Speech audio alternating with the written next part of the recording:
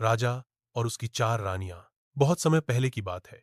एक शक्तिशाली राजा चंद्रसेन अपने विशाल राज्य में राज करता था।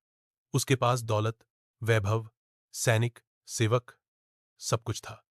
लेकिन उसके जीवन में सबसे खास थीं उसकी चार रानियां। पहली रानी सौंदर्य। वह रानी बहुत सुंदर थी।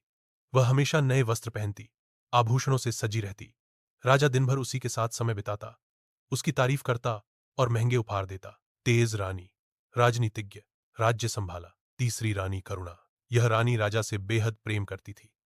वह हर सुख दुख में साथ रहती, राजा की चिंता करती, उसकी सेवा करती। लेकिन राजा ने कभी उसे ज्यादा महत्व नहीं दिया। चौथी रानी आत्मा। यह रानी सबसे साधारण थी। वह महल के पीछे एक छोटे से कक्ष में रहती, शांत, सरल और सेवा भाव में लीन। राजा ने उसे शायद ही कभी देखा था।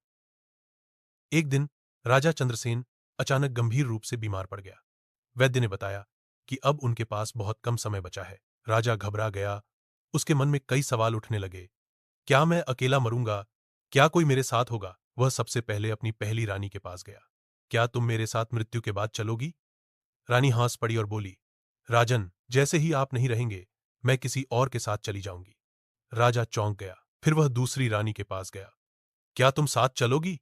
वह बोली, राजन, मैं आपको शमशान तक छोड़ सकती हूं, लेकिन उसके बाद नहीं। राजा का दिल और भी भारी हो गया। अब वह तीसरी रानी के पास गया।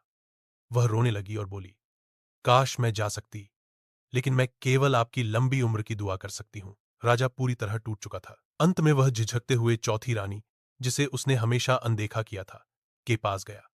उसने धीरे से सिर झुकाया और कहा, मैं आपके साथ चलूंगी, मृत्यु के पार भी। राजा की आंखों में आंसू आ गए। तू, जो सबसे अनदेखी रही, अब मेरे साथ है? राजा चौथी रानी की बात सुनकर चुप हो गया। उसकी आंखों में पश्चाताप था। मैंने तुझे कभी समय नहीं दिया, प्यार नहीं दिया, लेकिन तू मेरे साथ चलने को तैयार है? चौथी रानी मुस्कुराई और बोली, मैं ही तो आपकी आत्मा हूं। जब सब कुछ छूट जाता है तब भी मैं आपके साथ रहती हूं। राजा के मन में एक नया प्रकाश फैल गया। उसे अब समझ में आ गया कि उसने जीवन भर गलत प्राथमिकताएं चुनी थीं। इस कहानी की गहराई।